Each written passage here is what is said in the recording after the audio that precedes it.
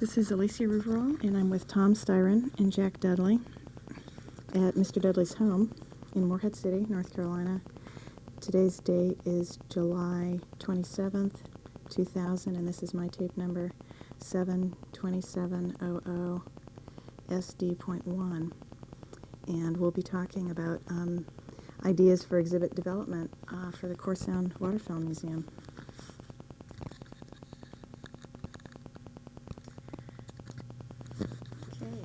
Each want to start by introducing yourselves and talking a little bit about even your connection to the museum and interest in the museum.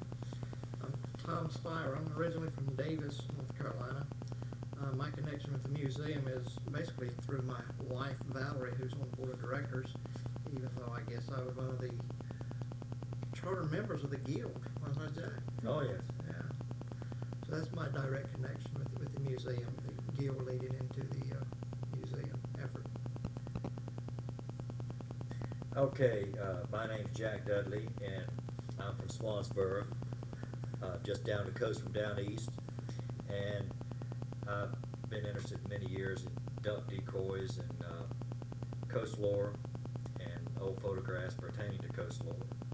So that's kind of my involvement in how I got involved in the down east folklore and waterfowl heritage. Now, how would you all define the Down East area, both geographically and culturally? Well, I don't think there's any question that down east begins at North River when you cross the North River Bridge. And so many businesses, people, institutions say, welcome to down east. We live down east, and the down east so-and-so, but east of North Carolina is not down east. Down east is past North River. And I will concur with Karen and all the crowd on that.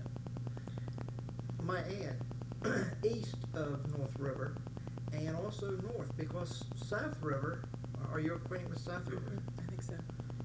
South River is north of North River. Okay. Okay. Okay. Just to confuse and everybody. A lot of the folks in South River, I would always equate with digging down east. Would you, Jack? I probably would. Well, yes and no. I've never had that thrown at me, but they're east of Beaufort, so I do call them down east. But Right. It's such a different community, and they're affiliated with the Pamlico Sound and Neuse River area, so it's still a tough call on second thought. There's so many folks from Stacy that's intermarried with the South River. Well, that's true. That's true. And that's the connection I Right. see. So I see some tie-in with the South River folks. But I agree with Jack that east of North River is your real down east geographically. And culturally, because South River folks have the same basic culture that we had Davis, Stacy, and the like. Small churches, great sense of community. Go ahead, Jack. Okay, you go ahead and ask another question. Well, let's talk more about culturally what constitutes Down East. I mean, what are the traditions that are central to Down East Oh, well, life? everything focuses on the water, water, water. I mean, you go back before 1925, there was no bridge there, and the waterways were the highways. That were their communication arteries, and well as their fields, their livelihood. That's they made their income from the water. So their livelihood or culture is maritime heritage. What is the definition of culture? You know, it's a way of life, a style of life, customs. So it's all centered around the water, and it's a type. You know, if you consider that a culture, you know, they all. Yeah. Plus strong religious backgrounds in the communities. Like I come from the community of Davis, which originally had just one Baptist church. Later on it split, I guess ended up splitting twice. So there's two different Freeble Baptist groups. I was a member in the Davis Missionary Baptist Church, and Edward Pine at Davis, who is my cousin, will probably expound on that if you get a chance to interview him. But the Davis Church was a very strong church, and they were started from a group over at Smyrna. People from Davis used to go by boat over to Smyrna to the Baptist church there. And then once the Baptist church started in Davis, it became a mother church to the church in Atlantic, and also the Baptist church in Harper's Island. So there's some tie-ins through the missionary efforts. Of course, the missionary efforts of the Mormons on Harper's Island are very strong, but they didn't move out into other Down East communities. So religious ties are part of that. Yes. Part of that culture. What about other customs and the actual waterways traditions? What do you see as sort of key defining traditions for that region? I'm not quite sure how to answer that. What's unique about them versus other areas? Like you said, they're very, very religious. For years, you could not buy beer down east on Sunday, and strong family ties, strong religious ties. Probably after 1970. And it is unique. I mean, that like in down East Carter County, I think there were more small post offices in that area than any other area of the state. In fact, the News Observer featured an article on that one time. Real tiny, whiny, small post offices, and I think 75% of them were down east. Just a one-room building. But go ahead and say something, Tommy. It just kind of got me at a draw here. It's just hard. Well, I mean, for instance, with Harker's Island, boat building gets pointed out as one of the key traditions from that island. But Well, I think Is since that a later tradition, Jack? Well, I don't consider that a culture. That's a no, craft. I'm meaning That's an more that indigenous the craft. actual traditions that have been carried on, different types of fisheries, different types of boat building, that sort of thing. What are those characteristic traditions that are important across all of the communities, the Down East communities? Well, certainly, watercraft construction, boat building is the foremost craft. I But mean, a lot of that was started in the Davis area. and a lot in Harkins, and And Salter Path trade. too, Salter Path too, but, anywhere there was water, there were always craftsmen and boat building went on. And so, certainly the boat building is their foremost craft.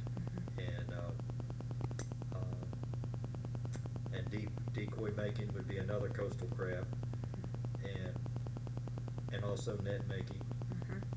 And now things like quilt making, this or that, they could be anywhere. So we're lucky that we have the water to separate us or just to set us out, make us outstanding. But every area can have quilt makers, from the mountains right on through the Piedmont, the central area. So, what's unique about down east quilt making? Nothing really. Nobody even has ever done a study on that. So that wouldn't be defining in the same way that boat building Everything and other down east as far traditions. as culture and crafts pretty much goes back to the water, the way the communities were settled and developed, and it's that way in most all cultures. The geography dictates the way of life because they make a living off the land, and they live and function according to the geography. What about, Tom, with your home community? Were there particular traditions or certain emphases that were more, defining for that area, say, than other parts of Down East? Well, one thing unique, and I'll speak up for Tom, while he's thumbing around. There are more hunting guides that lived in Stacy and Davis. More hunting guides lived in Davis, and more sports hunters disembarked from there to the hunting grounds than any other community in down east. So that's unique. But I guess they developed that trade because folks from up north were coming through there and going over to the Rod and Gun Club. Well, they worked. That's true, and one does it, then the other one starts And doing why it. they came to Davis in the beginning, I don't know. Well, like you said, there were two gun clubs there, one across the Sound and one on Davis Island. Well, I know what brought the folks there. It was Oh, it's the always redheads the in geography. Fort It's Sound. always the geography It was redhead ducks in Fort the Sound. natural resources, right? Oh, yeah, That's it's right.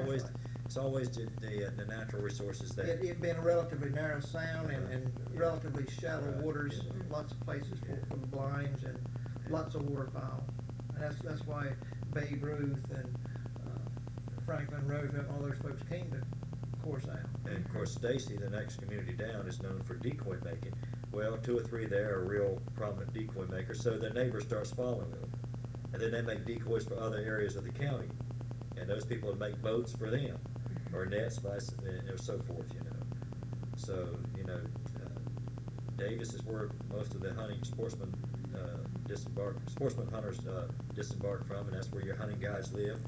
And it just stands to reason if your neighbor's doing it, you start doing it, or whatever, So something will grow or spread right in a localized community.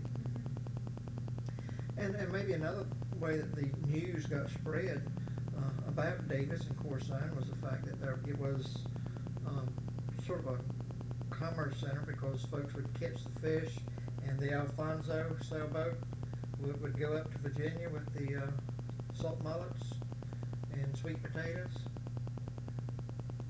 So That's right. They would Yeah. spread the word about all the ducks. I guess they probably carried ducks up there too. Oh, yeah. In trade. And terrapins, I remember Oh, hearing yeah, that's talk right. about how Terrapin, they carried. terrapin trapping, and that's a craft that's fallen by the wayside. And what even a terrapin trap looks like, I don't know.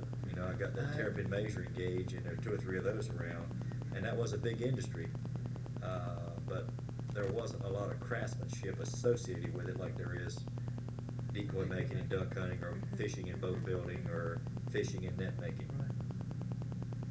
And again, those natural resources would link them to other like communities. Right. Yeah. Right. Yeah. It's always the natural resources that draw people there. People live directly or indirectly off the land. If the museum were to be trying to tell the story of Down East, how would they tell the story, keeping in mind the traditions we've been talking about? Well, I think when you first walk in, you need a giant map showing all the communities.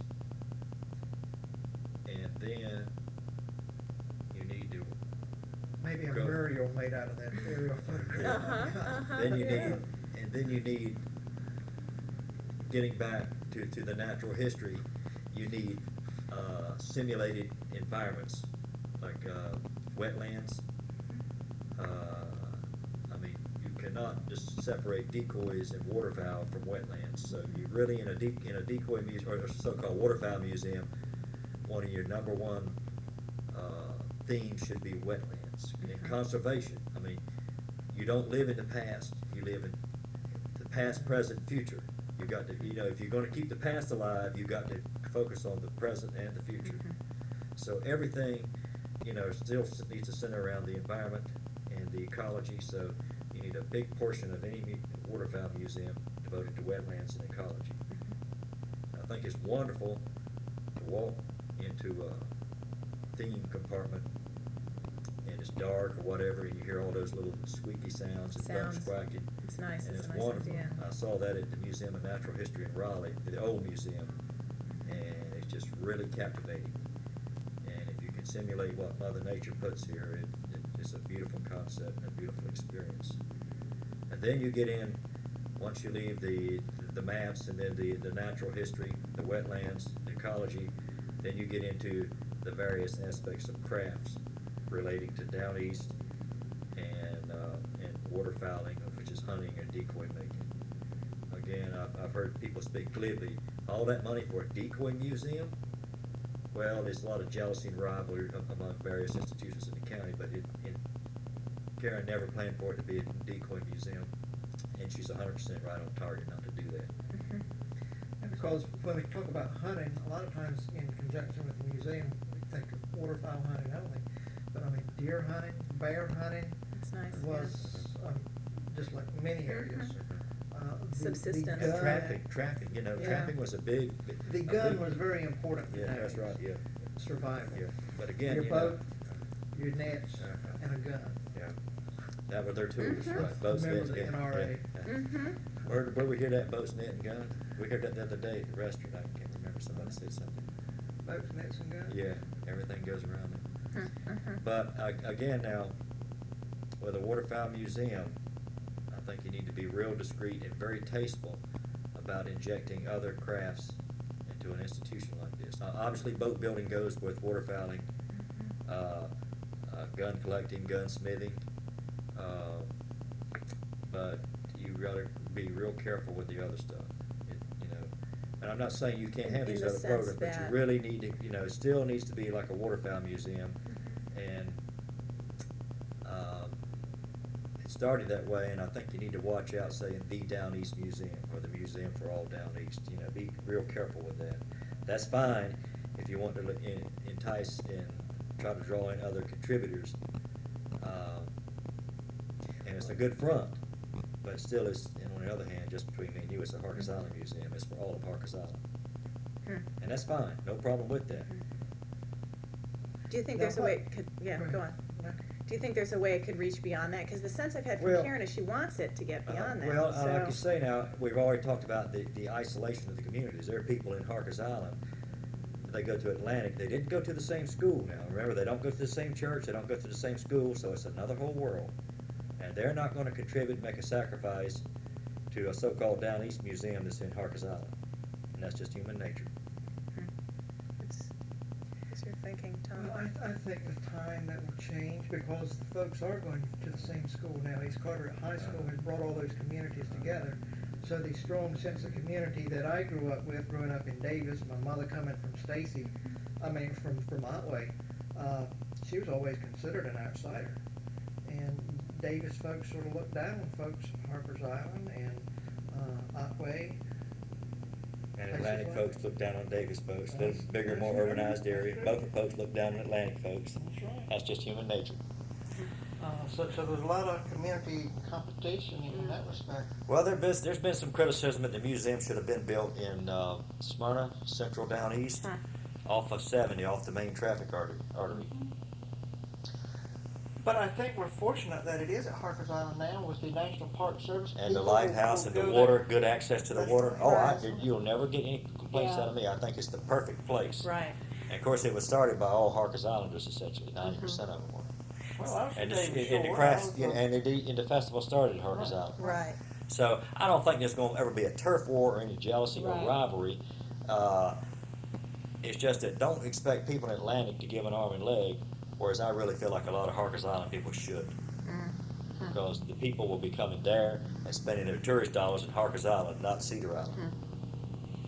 And the first element in anything like this is survival. You got to survive. Your museum, your institution, whatever. The second thing is a game of numbers, people and money. You got to have people. You got to have money. And then the historical aspects, they're way down the line. So some of the challenges might be how to extend the museum beyond Harkers Island in light of those kinds of challenges you're talking about. Well, I don't think we should make a big. As far as getting financial support. Well, I don't think you should make a big issue, and it's an insult to people in Atlantic. There's a so-called museum of Down East in Harkers Island. I don't think it's a big issue. I just look at it rather than call it for all Down East. But you have to be that way. You have to be broad and all-encompassing. You don't want to think, well, it's just a Harkers Island thing, because you won't get any outside contributors. You got to be very careful about that. But just the name Corsair Waterfowl Museum brings in all of the communities that That's a are on good that point. body of water. That's a good point. And that's our common bond. Because the watermen have plied those waters from Cedar Well, Island I down agree. to It's Harkers Corsair Island, going out Waterfowl to Museum. Cape. I agree. That's a very good point. It's still not Harkers Island Waterfowl Museum. And how could Karen sort of build on that, I guess would be my question. Well, I think she should, publicize and keep doing the news media bit and calling a lot of people and trying to always make people feel special and important.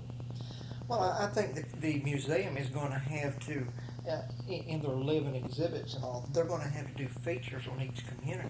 Well, Nice yeah. I mean, Yeah. But because again, everybody wants to make their family Yeah, okay, now, are we immortal. going to be the Museum of Grandfather Down East or the Museum of Corsair is the Waterfowl? Corsair Waterfowl Museum. Okay. And she's going to have changing exhibits. I Waterfowl think. aspects from different communities? Yeah, I would think so. Well, there's I mean, no she's problem. gonna There's no change problem it. with She's gonna have Stacy, because that's changing where all the exhibits. decoys were carved. Right. Oh, absolutely. You got to keep changing to draw the same people back. What would draw in the Otway community? They didn't have any major waterfowl. My grandfather used to hunt considerably over at Crow Hill, but it was only for his family support. He'd go there and kill a bunch of black ducks and bring them home. But Otway was a farming community, and the men during the Depression, those that had anything, had to leave and go to New York Harbor. That's what my grandfather did. He worked on tugboats, and that's how he kept the family going in Otway. But Otway had very little tie to Corsair.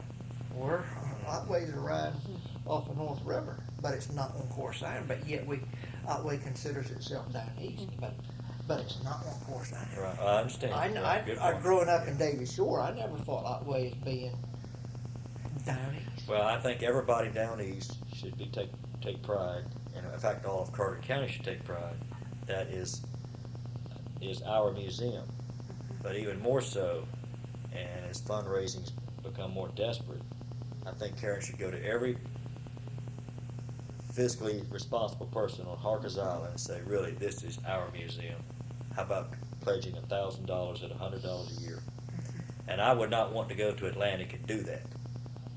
But I had no reservation about, saying, look, this what is this doing for our island? I mean, you have to be real discreet up front, but now once we close the door and get back to money, all right, you Harkanese, let's cough up some money. Okay? Islanders. Okay. And I think I've mentioned that to Tom's wife or Karen, and of course the money may come from other sources.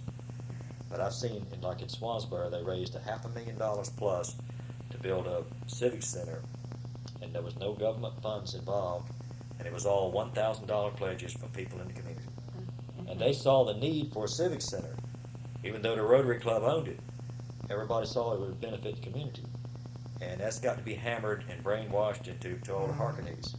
But I just couldn't go to Atlantic and say, look, this is your museum. I want $1,000 out of it. I mean, Well, and from what you're Well, you saying, can it's do it. early yet to do that. That you don't could eventually you don't happen. do that in the newspaper. So, but behind the doors, you go to every Harkanese and say, look, this is for our island. I'm going to be real disappointed if you don't come, cough up $100 a year with $1,000 pledge, so we know where we're going to finish this building. But Jack, you look at folks that are committed, like Lionel Gilgo, who lives in Atlanta. But that's the few. And he sees that Course Island Water Farm Museum is his. Well, that's and it's people like him in his community that's going to sell it and say, look, the museum's going to have exhibits about Atlantic, and you need to be searching your own family. Well, pictures. I don't think you're Don't going. throw them I don't away. think you can ask Atlanticers to cough up $1,000. Even moderate income people. Whereas on Harkers Island, I think they should. Now, maybe I'm being an idealist, but to me, it's a business strategy. Yeah. But up front, all down east, and have revolving exhibits. I see nothing wrong with a few crab pot special, maybe a little quilt special. And incidentally, the Waterfowl Museum in Salisbury, they caught a bunch of flack for having a great big quilt exhibit one time. I mean, totally out of character for this museum. Huh? So What be about real. genealogy tie-in with these museums? Oh, I think that's wonderful. I mean, that's all the decoy. I mean, the carvers and the guides and the boat builders and the caretakers and the feather hunters. They all tied. I mean, the genealogy. So much Very of good that point. going on in Carter Oh County. yeah. Feather Well, found out. Oh yeah, big industry. Yeah. Well, and a number of people have talked about the people that make up core sound communities and the importance of focusing on the people behind the traditions. So that perhaps. Well, it's always like I say, it's a people business, a money business, and then your displays are way on down the line. And it's a game of psychology. Make everybody feel important. And there's a bad expression down east. I'm not going to kiss their ass. You don't have to kiss their ass, quote unquote. You find a harness to fit them. At first, you let them lead you, and then you get around them and you lead them. And you've got to make everybody feel special. I mean, psychology is just a tremendous factor here. And there's a lot of weakness to that down east. Not the psychology that it should be. So we don't have to kiss anybody's ass, but you learn to humor them. And just because somebody that you think's working against you, is like politics in a church or in a community, you're always going to get criticism. And nobody ever criticizes a dead dog. If you're not making waves, you won't get the criticism. But you've got to learn to make these people fit in a line and pull together. Kind of bring people together to get behind That's right. the museum. Right. What about the actual exhibits? We've talked a little bit about that earlier. I'm wondering if we could come back to figuring out how could Otway, that doesn't have some of those same traditions, still be a part of the communities represented? What other links to traditions could you draw on putting it together in an exhibit? Otway and Betty, as I see it, shared by being larger farming centers, and they produce more of the sweet potatoes and the cabbage and the like, and they would trade some of that for fish and the seafood that was coming from the other communities. That's what I saw as a boy. And I know that went on in years prior to me coming along. But as far as him tying in, I didn't know. I didn't No know. way. I mean, it is a waterfowl maritime museum. It is not a farmer's museum. There was no, But, you know, they're welcome to come. If somebody stumbled across a wonderful old Otway photo album, you know, do a photograph display on Otway as a monthly feature. I mean, you could have non-waterfowl themes now and then, like a few quilts from this community. There you go, a few quilts, barn architecture. But you got to be very discreet, very tasteful. You know, it's still a waterfowl museum. Let's don't get off on the deep end. What about Otway didn't have the strong sense of religion that a lot of the other coastal communities had. Now, it got churches in later years. There was a lot of drinking in Otway. A lot of English, Irish, Lawrences, McGillicans. what about early on? I mean, I know it was certainly true of a number of the communities in the Northern Neck that some people both fished and farmed. Well, there was some farming in every community. Right. Even So at Davis, maybe the large that kind of fishing center. interdependence on different Right. ways of making a living to might be a tie-in. To a great extent, in Currituck County, that is just pure farm to pure water. Down east, there's so much wetlands. Yeah, we didn't have And- any large farms. Right, in and Davis. then the wetlands were really kind of, well, the massive wetlands segregated the farmers from the water, but then again, some did farm and fish, but nothing like the Northern Neck or nothing like Right. Currituck. I mean, everybody farmed and hunted. I mean, that was just they had a dual occupation.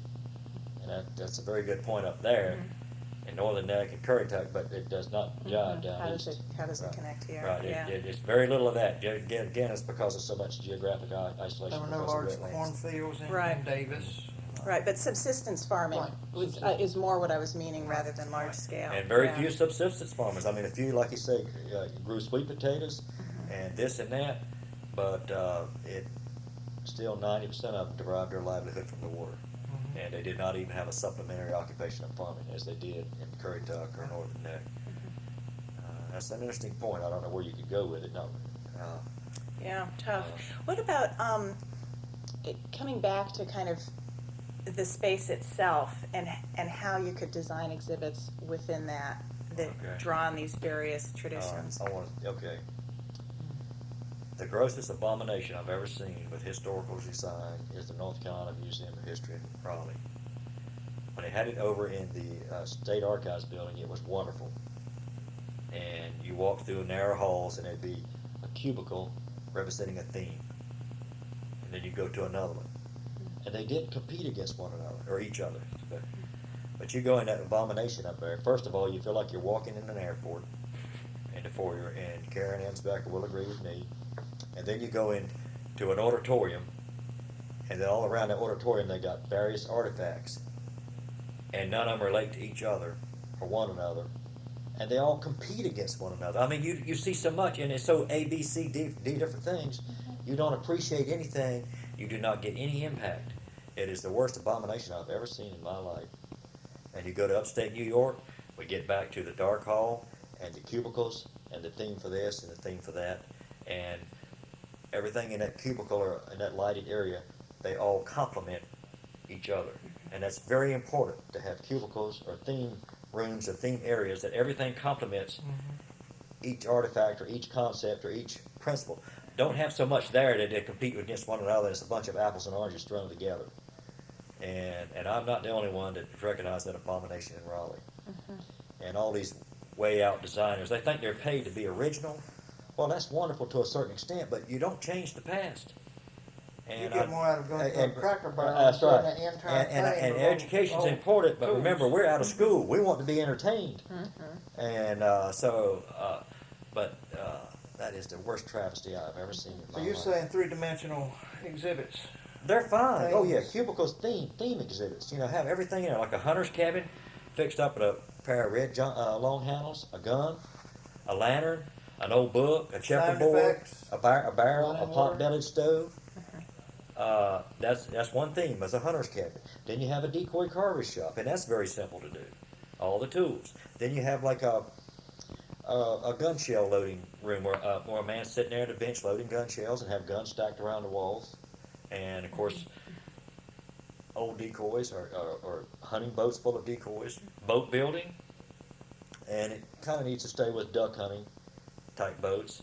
So there's thousands of, no, I won't say that, but scores of themes relating to maritime waterfowling that you can encompass in a museum. That is no problem. And I have found that good exhibit designers and good exhibit people, they're like good writers. They're a dime a dozen. And there are a lot of very talented people that can do that kind of work. And getting back to the natural environment when you first walk in, that could be done in a very tasteful, pleasing manner. How do you think, because a number of people brought that up about how you try to create that sense of the environment inside. Well, I'm not good enough to do it myself, but I would you go find somebody that is. You go see his work, and you have to pay him to do it too, because that's his livelihood. I would go to the Museum of Natural History and find out who did the wetlands exhibit in the first museum. Anybody who had anything to do with the second natural museum, I wouldn't even waste my time on, because it's almost as bad as the Museum of History. Doesn't the Smithsonian have these theme displays? Smithsonian, Tommy, is numerous buildings on a big campus. I know, but I've been in, I guess it was the Museum of Natural Well, History. you see so much you don't even They remember have what a you saw. static display of Indians doing Yeah, I building think a they canoe do. or Yeah, something like that. right. And they have dark areas, and so that the hall doesn't compete with the theme. You know, you try to push people back in time by making them first walk through a dark area, and then see a backlighted area that is just like movie theater. In fact, even TV, it's better if you cut the lights off and look at the TV screen. It just puts you in a better frame of mind. So you need a soft background around your exhibits. Use this dark area, so it doesn't compete, but really makes your exhibits stick out. So that is no problem. And then of course you always need change, constant changing. And when you have a change, have a big party and have a ribbon cutting. Now we got a whole new theme. Of course you're going to reuse some of the same old stuff through the years, and only a few will catch that. But you got no choice. You have to do that.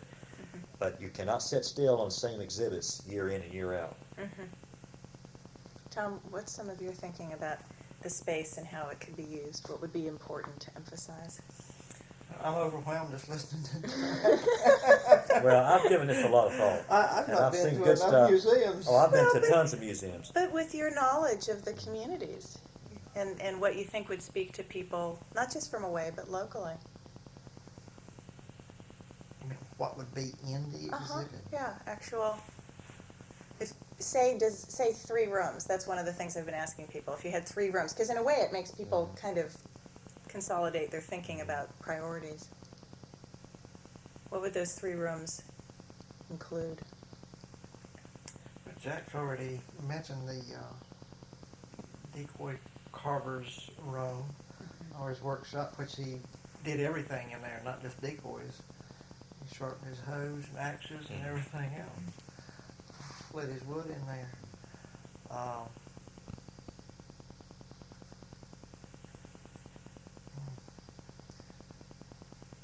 And one thing you And have to... that same room, served as his knit room.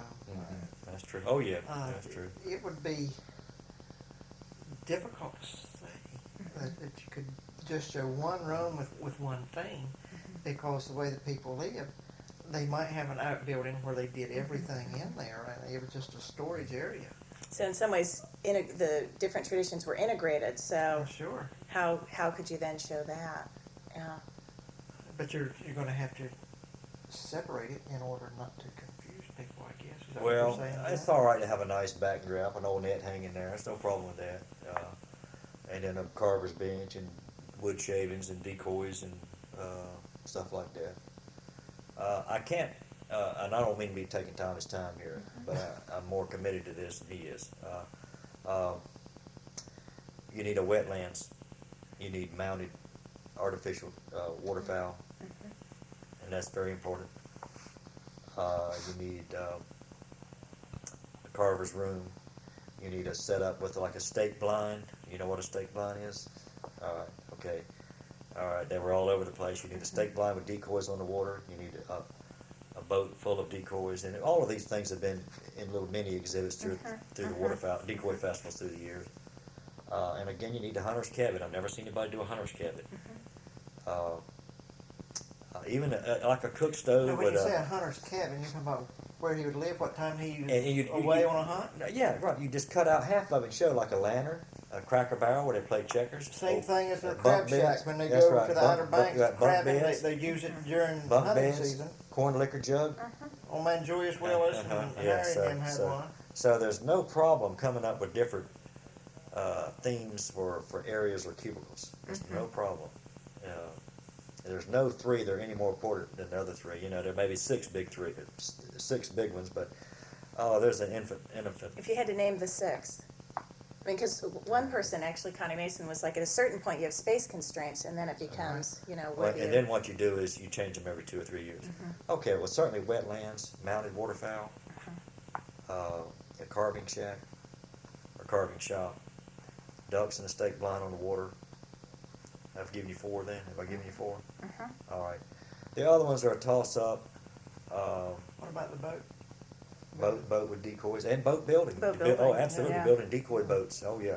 And the other one was the old so-called battery. The battery set up with the decoys. Now, that's a very important one. You probably never heard of a battery. But see, that's 6 or 7. So that's, what I'd start with.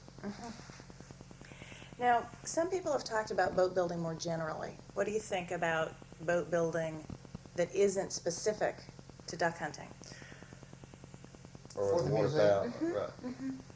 Because of arguing that, in fact, boats being central to all aspects of life, can you really separate those out entirely? What would you think, Tom? Well, the traditional boat was used for all things. The traditional Corsair boat was a small boat, rarely over 25 feet long, wouldn't you say, Doug? Well, they use hunting skiffs and they use cabin boats with the so-called Corsound round stern on them. So they But use still, those to hunt. they're 25, virtually 30 feet at the most. exactly right. Oh yeah, they use everything for hunting, from small boats to sneak boats to Corsound round There's stern sink no netters. difference Everything in the the big type trawlers. boats. They use 30-foot boats, 10-foot boats, whatever. 16-foot skiffs. So Pole skiffs. pole skiffs, shove skiffs, whatever, Now, one thing you got to watch out for, the human animal is just as territorial as any other animal in the wild. And I don't like to criticize people because hindsight's 20/20, but you got, like I say, find a harness to fit everybody and learn to humor people. But see, we have other museums in the county too, and they're into water, like the Maritime Museum. Their primary theme is watercraft. And they won't say that, but they'll say, we're maritime representing the whole state, everything. But you got to watch jumping in somebody else's territory, and you got to make them work with you down the road. Doesn't the museum have to set some limits on what time periods they're going to exhibit or display? You mean length of times that they would actually just do? No, he means About like from the 1870 I mean, how- you mean the 1950. actual are time we going to periods? talk about boat building from the I think that's up for discussion 50s right here, on up? literally. Because Well, you could build I don't know a- that there were any boats being built Well, in Arkansas prior to you the got. 50s, I don't was there? think you got to watch this boat building thing. I mean, boat building and waterfowling go together to a certain extent, but this is not a boat building museum, Right. and you got to be. I don't think you need to get too carried away with the boat building. If you're going to get carried away with anything, and I'm not saying really carried away, but emphasize things. I mean, just get back to nature, wetlands, live waterfowl. I mean, it's limitless. Yeah.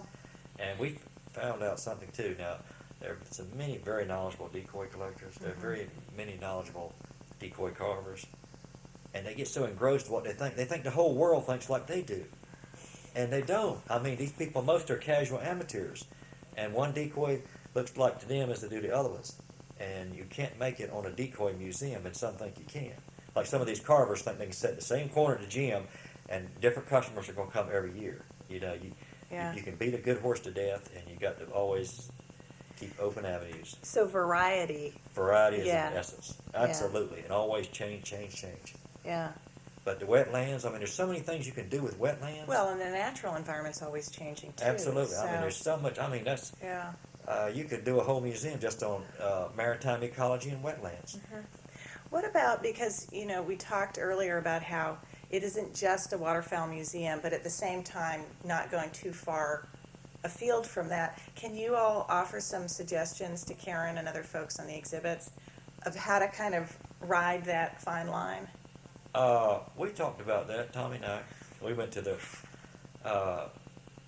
whatever you want to call it, first weekend in December. I don't know what it's called anymore. It used to be called Decoy Festival. Now we got one called Waterfowl Weekend, which puts a thorn into other crowds' side. We went down to the museum, at least I did, and I saw a big sport fishing yacht sitting out in the yard. I said, damn, that's a big decoy in it, or that's a big bird, and we talked about this, having something like a outdoor world weekend. Then you could bring in this more Outdoor, what was that last part? outdoor world weekend, World weekend? or outdoor, down east outdoor weekend, or what do we call it? I forgot, Tom. We named something for that weekend where you could have boats and not the Doug wouldn't be your theme. You could venture off on the Doug. Yeah, outdoor expo, I think is what we said. See, an outdoor expo. Then you could have your big boats, your crab pots, your net makers, and that's a down east outdoor expo or whatever you want to call it, indoor expo. So if I'm hearing you right, you're sort of saying do special things that, I mean, you could have like permanent exhibits that are more waterfowl gear, absolutely. but then Right. do these other For like a things weekend, that are right? more Yes, right. Mm-hmm. more special topic focus. Well, see, when I went to the first weekend in December on Harkers Island, is what I call it, because we got two titles down there, and I don't really like either one of them. And I hope Karen hears that. Did you hear that, Karen? Okay. When I went to the museum and I saw all these big boats and this person doing this and that, it looked like an outdoor sportsman's expo. It did not look like a waterfowl festival weekend. I mean, I did not see waterfowl theme. It did not hit me. And I'm not saying that other stuff. Initial approach. And that was I'm not all saying that outside. stuff is, I mean, that's fine for an outdoor expo weekend. That's good to have that. Yeah. You got to have a little variety, especially if it'll make money. And that But was you don't which? need that to waterfowl weekend. Was that the waterfowl weekend that you're Yes, saying right, that about? uh-huh. And it looked like an outdoor expo trade show. Uh-huh. And that stuff is fine. Don't get me wrong. They're big contributors, and they need to get recognition, and we need to draw people for different things. And you can beat these decoy shows to death. I mean, I follow these things. They peak. I mean, even the big boys, and then they drop back down, and some of them die. They all peak, and it is a job to keep them up. And that's where you got to come in with this variety and always energy and new people and new money. You can never rest on your laurels, and it is a job. Well, you big money boys are always going to have big boats. And you've got to have something to appeal to them That's to try fine. to get some of their Well, dollars that's for the fine. survival of the museum. Well, As in like recreational boats. Yes. Yeah. Recreational fishing. So Well- something that could acknowledge the different aspects of boat building. I mean, like it or not, recreational will eventually become its own tradition. but don't have that on ironically. the Right. first weekend of the. I mean, that's for ducks and waterfowl. Did Okay? you hear that, Karen? Yeah, you hear that? Because after a while, if it's a That's- crowd in Moorhead, they're trying to go online with a new multi-million-dollar museum. Mm. And I've told those tunnel vision, old-minded, out-of-date people that the only way they're going to make it is focus on the sports fishermen and the marlin capital of the world and get their money to support their museum. They think they can make it on old gowns and quilts and coffins. And you go in their museum, it's like an 1890 funeral parlor. And you can have that anywhere. So we're talking about quilts can be anywhere, but we're blessed. Anybody on the water is blessed because they can always focus on their maritime heritage. And that's what tourists come down here for, is the water. Now, what about audience for the museum? Because Karen's talked with me about trying to involve locals in the museum and having the museum be something that speaks to the local community. They can have fish fries for local people. It's a nice idea. Food always draws people. As I was in a country club over here, I was still in it. Everything we ever planned that was quality and cost a little money to go to, even these well-to-do golfers would not come. But if you gave them a $2 spaghetti dinner free, they'd fill the room up over there. I mean, food draws people. Food festival, everybody has to eat. Everybody likes to eat. And foodways on the island, Oh, I know. oh are- man, food. Oh well, let's just look at the decoy festival. What's the biggest money maker down there, and the hardest, the most work? It's food. Everybody has to eat. And People school go down. makes that money. That's right. People got to eat 3 times a day, Tommy and I got all the decoys we want. We don't know what to And do with them. sweatshirts and t-shirts. I was going to give you 3 more today. That's right. But anyway, but it's still got to wear clothes. So clothing and food are your big commodities. Festival. What does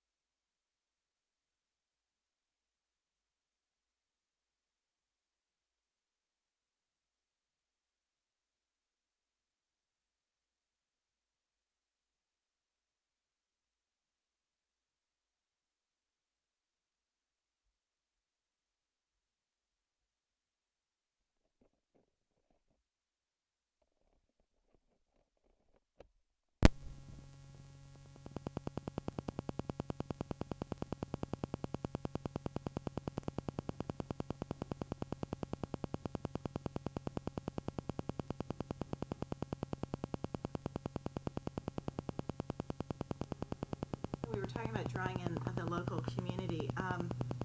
What do you want from them to start with? Well, and see, that's where I think, in some ways, you're talking.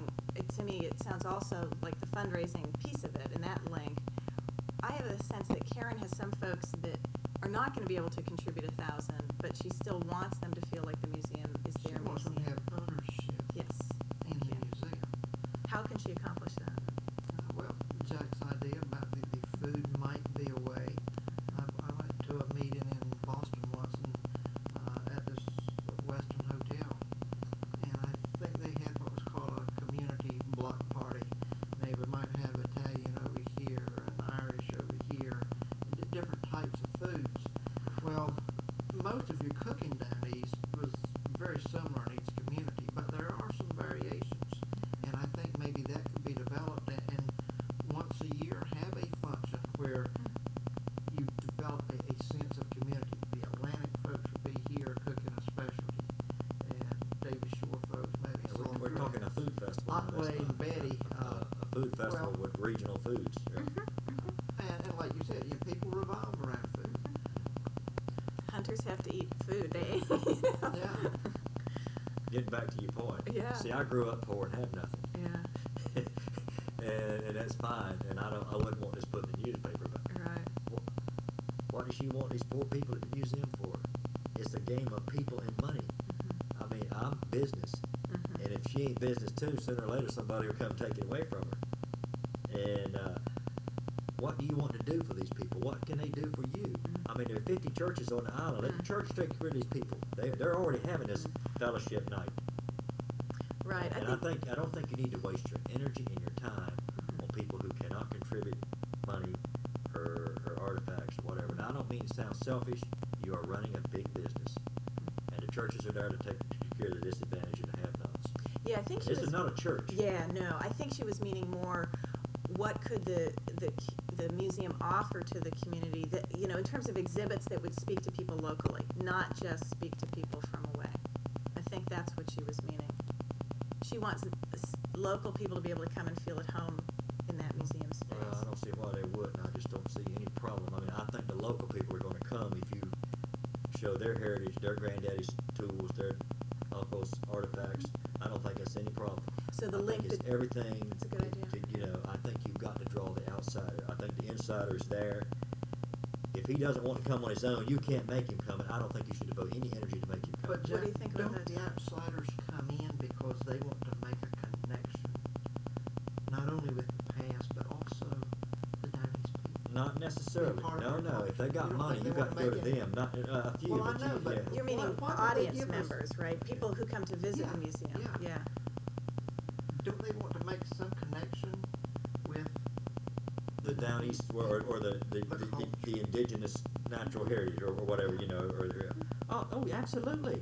Well, we've been talking that all night. They're not going to come from Raleigh down here and spend money to see old gowns at the Carter County Historical Society. See, they don't draw any people because they do not have indigenous exhibits.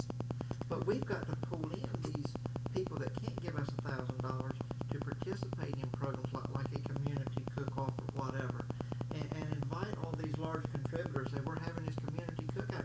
They're going to be making connections with the people in Davis, Stacy, and Otway, and Betty, and then Yeah.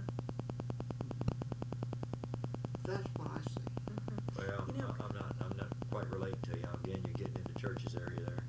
Well, Karen said something which I think picks up a little bit on what you're talking about, that she thought that people come to parts of Down East looking for a sense of home, that they might sense the sense of home and community and family that people have who have been, Making a connection. yeah, who've had to, we've been talking about survival, having to stick together to survive and making it a living on the water, and that she thinks that is some of what people look for who come here.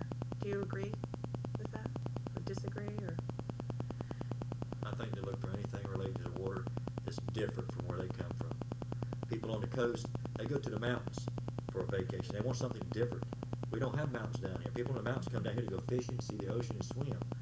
You could pay me to stay in a cottage on Atlantic Beach for a week. I'd go crazy. But that's, God bless them. I'm glad they come. So people are always looking something different. And different people are looking for different things, I guess is Well, probably. they're Well, I looking don't for that know. connection, Jack. Why else would somebody pay $500 for a dollar bumper tag to put on the front of their vehicle that says Corsine Waterfowl Museum got that done? It's not just to show that, hey, I can afford $500 for this thing. It's because they want to make that connection with core sound and Waterfowl Museum and the entire culture associated with that. You're not going to get the average Joe tourist to do that. Are we talking the average number Joe tourist numbers, or are we talking people with serious interest and already have a link with that? See, most of these people who have contributed to the museum, they were already into decoys or carving. They already had their link. Are you trying to get people who don't have a link? See, I can't sell a decoy book on overcoat to a casual tourist because it's so specialized. He knows nothing about it, and he's not going to pay $40 for it. Now, if they have a link, I can sell it. I wonder if it comes down to different audience members for the visitors. That some may be coming for what you're talking about, and others are coming, as you Well, said, to I look for think you're going something to get different. the ones with the link. You got them in your pocket. I'm not, and they're going to come. You don't have to hustle for them. But I'm talking about the masses who have no link with you. See, we need their dollar.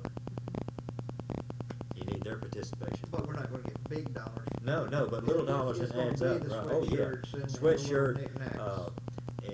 And like I told That's a different told connection. Karen, getting back to the food business, a lot of your better museums have little gourmet cafes without big old deep fat fryers in them. And everybody's got to eat, and everybody needs a shirt sooner or later. So, you sell, that's the kind of tourist you get. That's where your money is. That's what you're going to sell. You're not going to sell expensive decoys, I can promise you that. You cannot make it on that. And that's common knowledge at the festivals. I mean, what But sells? you can Clothing sell and original food. Chinese crab cakes and get a good dollar for them from the casual visitor. Well, can you? I don't know. Our local restaurants can't sell them. They buy this imported crab meat because they can't sell local shrimp because it costs too much to buy off the boat. Well, I'm not saying we had to use Corsine crabs. Okay, we can line crab up. cakes. What was Okay, that? I okay. missed We it. don't have to use Corsine crabs to make the crab cakes, but I'm talking about the recipe. Okay. Yeah. Yeah, we can We use use that. surimi to make the crab cake. Yeah, Imitation crab meat. We can get frozen trout from Argentina and cook them down east. That's right. What about what role do you think the museum should have in the community as a whole?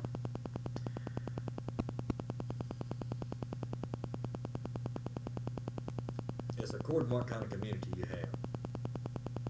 We had an instance in here, and I know I'm sidetracking a little bit, but this is Okay. a very important lesson. And the guy died by the sword he lived by, and what goes around comes around, and he sealed his own cause because he did work against the Waterfowl Museum, and he ended up leaving the area. But how does the community come in, or what? Yeah, what role should the museum have in the Okay. community? Well, you don't need to be telling everybody who to run for office, and you don't need political stuff like that, Right. But what role they have in the community? I mean, anything to draw tourists to the community. You've got, you look at it from, we're your chamber of commerce for down east. What draws tourists to the community?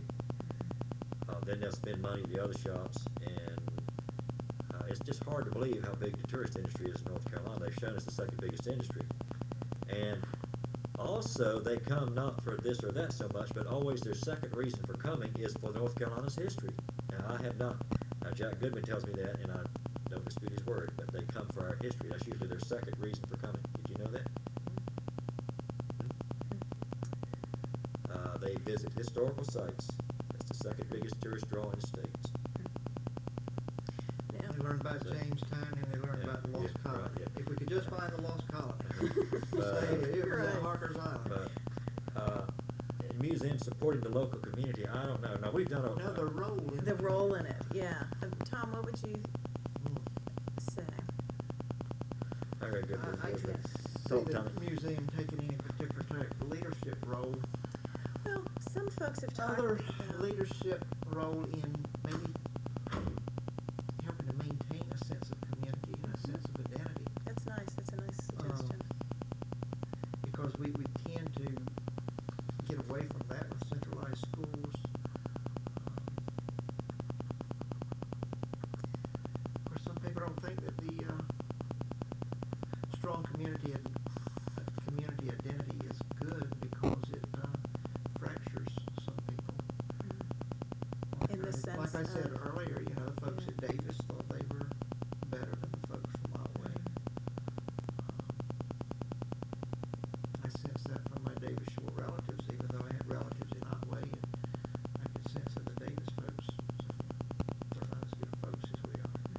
a divide They, there. they Yeah. drink more and they're more evil people. um, Some folks have talked about preservation and conservation, or documentation that the museum could do. What do you think about that? they could definitely take a leadership role there. And genealogy, as far as maintaining genealogical records. The Mormon Church is very strong in Harper's Island. I know they've done a lot of work. But they're pretty selfish with their information. They keep it pretty close. And I think if the museum had some genealogical records, it would draw some people that's not being connected with the museum. It's a good idea. Once they found out, hey, I can go do some research on the Gilligan family or the Lawrence family. And there's been some research done on those families, but not as extensively as like my family, the Styron family. Could you talk a little more about your family's history in the area? In the area, Yeah. there were two brothers that left West Riding, Yorkshire, in the late 1600s. Went to, we think, the Barbados Islands for a couple of years, and then came on into Princess Anne County, Virginia. George and John. John and his family stayed in the Virginia Beach area, Princess Anne County. George came to Cedar Island. He ended up getting 2 different land grants. I think totaling about 1,000 acres in the Cedar Island, Hog Island area. And from him, the Styron family in America evolved. Even the writer William Styron won the Pulitzer Prize in '65 for Confessions of Nat Turner. He, I think, grew up in Tidewater, Virginia. William did, but he was from the same root that I am, George Styron. And we have our Styron family genealogy back to him here in America. But most of us, well, my family members were watermen. What areas did Cedar they Island work to in? Davis. Yeah. Pardon? What types of fishing do they do? I guess it would be gill netted, wouldn't it, Jack? Well, haul seining. Haul seining. Yeah, I call them Gill net nets. haulers. Net But you haulers. have gill, there's all, there's They a, raise there's a some trawl, there's a potato, gill net, there's a collards. pound net, there's all kinds of nets. Yeah. Mm-hmm. So how far back were your family working the water? I guess Probably as back to far as George. all the way back, yeah. That's the only thing that they could have done on Cedar Island, Hog Island, was catch fish, raise a few garden items. What about your dad? Daddy was a boat carpenter. Of course, he worked in the water as a boy. He'd go over to the Outer Banks with his father, and they would catch paler crabs and sell those. I guess we talk about fishing. We don't say a whole lot about crabbing, but they pull nets for the paler crabs. And I think that's a craft that has been really unrecognized. Crab floats and peeler crabbing and life on the banks and the cabins. But Daddy said that's how he got his school money to buy clothes Oh, that was and a shoes big for industry. the paler It crabs has he nothing to catch do in with the spring of the maritime. year. I mean, waterfowling is certainly maritime, but But they take a small boat to go over to the Outer Banks, and then they'd get out in those creeks barefooted and take those nets and drag pull those those creeks. crabs, and then it also have the floats. Yeah, after they catch the peelers, they Right, bring and them. put them in floats Float- on float the tanks. bank side. They stayed over there the whole time, 2 weeks straight. But I mean, that's something would be nice to be written about. It'd be wonderful to have some old photographs. It'd be wonderful to have some new photographs that would become old photographs in Exactly. time. Yeah. And that needs to be important. documented with the camera, see, and everybody wants to do somebody pulling on a net. I mean, I know that's dramatic, but I've got hundreds of old pictures of people pulling on nets. And nobody's ever done the peeler crabbing because they were just looking at the dynamics and aesthetics of net fishing. We actually talked a little bit about that, about the museum maybe being able to do some, conservation or documentation work as part of its role in the community. Well, some. think But you got, you the know, museum can take a leadership role in making the awareness of the need to preserve these items. and Because again, so many people might set up and leave, and all these family photos, they just throw them in a box somewhere. I think we're on the right track. There are other museums in the county, and we have to work together on these type things. And sometimes you have to give them more credit than they deserve, and you're doing the work, but it's building goodwill, because you might need support out to them later on. Sort of allies. Right. Yeah. And you're doing the work, but you make them look good, then later on, when you need a waterfowl favor, go ahead, now you help us. Yeah. So I think it's a trade-off to help the other museums and the other historical institutions. All this stuff is wonderful, but put them up front in the limelight. Can you both talk a little more? I think, is there more you want to add about the museum and its mission or the exhibits? We've covered a lot of good material. Are we pretty good set on that? Because I wanted to talk a little bit about why it matters to you, and I think actually we should wrap up here, but I wanted to kind of close out why it's important to both of you, what your connections are to Down East, that this museum matters. Well, I'm a decoy collector and a book, or waterfowl book writer, so those are my ties, you know. I'm not from down east. Right. But I mean, in growing up where you grew up, you were exposed to life on the water. Were there things that shaped you, that drew you to this, to decoy Not collecting? really, no. I didn't appreciate the water growing up. It was a nuisance to me, but it was just an expression of folk art. Just like I was drawing the quilts or woodworking tools, whatever. It was art to me. So an appreciation of the art, of the folk art. art. Right. Right, folk Did you have any family that worked on the water Not at any really. point? Yeah. But getting back to one more exhibit, Yeah. for a private museum that's not government supported, it's important that you have a gift shop just about as big as your exhibit area. And people will come, they'll see exhibits once a year, and unless you change them, they don't want to come back. But if you've got new merchandise and a cafe, they'll come more than one time. You're gonna have to be real sharp and be smarter than Wayne Davis and get. Oh, you can get outdo them. items. No, I know that. I I mean, understand he's that. expanded. Oh, I He's got understand a that. supermarket. But we've all learned the competition's not going to hurt you. That's It'll draw people to right. your area. Just the No need to be items afraid to of look Wayne for. Davis or No. anybody else, because merchandise, and even down at the so-called museum now, I mean, people drive down there just to see what's for sale. Rather, they don't go down there and look at a few little exhibits. And if you have a great big exhibit, they only come once a year, and so it changes is everything. But for a non-government sport institution, selling is very important. Displaying and people got to have something to wear. They got to have something to eat. Tom, and coming back a little bit to kind of close out, tell me why it matters to you that the museum effort is underway and your connection with the Down East communities.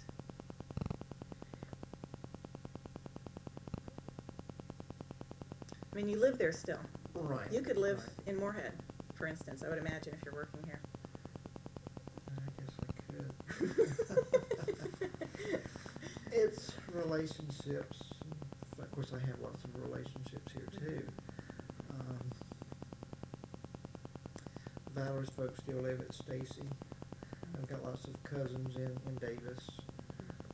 My tie to the museum is strong because my son and I were charter members of the museum, of the guild, and then of the museum. And it was very important to my son Jared, who's no longer with us. And I want to see the museum succeed and become a living entity, so my grandson can go back and see where his roots are. Keep that tie. That's Yeah. it. And he can always have a sense of home by going to the museum and reading about Davis, reading about Otway, reading about Stacy, seeing display cubicles or whatever. Yeah, great, good. So One anything other you'd thing, like and I to don't add? mean to be dominating, you know, some people say, well, a friend of mine who was a waterfowl historian, duck hunter, decoy collector, it distressed him that all the young people left down east. And of course, there's nothing for them to do. And then the other thing is, well, they think it's the sticks, and they don't want to come back when they retire. So with this will be like a beacon, to draw people back. It's nice. It's a nice suggestion. Draw people back home. The old saying, you can't go home again. Well, maybe you can go home, because you can come back This and will be the relive your lighthouse ties. on the shore. That's right. It's the beacon that draws people back, and it's not the sticks. I mean, we're in the real world now. We got a nice historical aspect here of our heritage. So I think it's good. There is something down east. Don't say there's nothing down east anymore. There is something down east. You can go home again. Speaking of that, maybe we should have a beacon light on top of that tower. I don't know if they would allow that. No, we got a beacon across the sound. I don't mean a huge Okay, beacon, I mean okay. maybe 12-inch light Something to up sort of there. symbolize Yeah. that. That's nice. Charge your school children $1 a head to go up there. Yeah. Well, I don't want to keep you all. No, I'm not all night. all I'm night, fine. I 'cause know you they're- work together. After a while, you get so much stuff, you get saturated, you can't sort it out. Well, I want to make sure we've covered the key stuff. It seems like both of you have made really nice kind of closing remarks. I just want to make sure there isn't anything else that we've overlooked. I mean, I guess my last I think, question. again, it's very important working with the other historical institutions in the county, and I think the Queen Bee's on that, so Yeah. that's very good. This sense of home, the beacon, what you're talking about, how best to evoke that through the exhibits? What if there was just a couple of things that would give that sense of home to someone who might want to move back or who does have family roots? What would that be?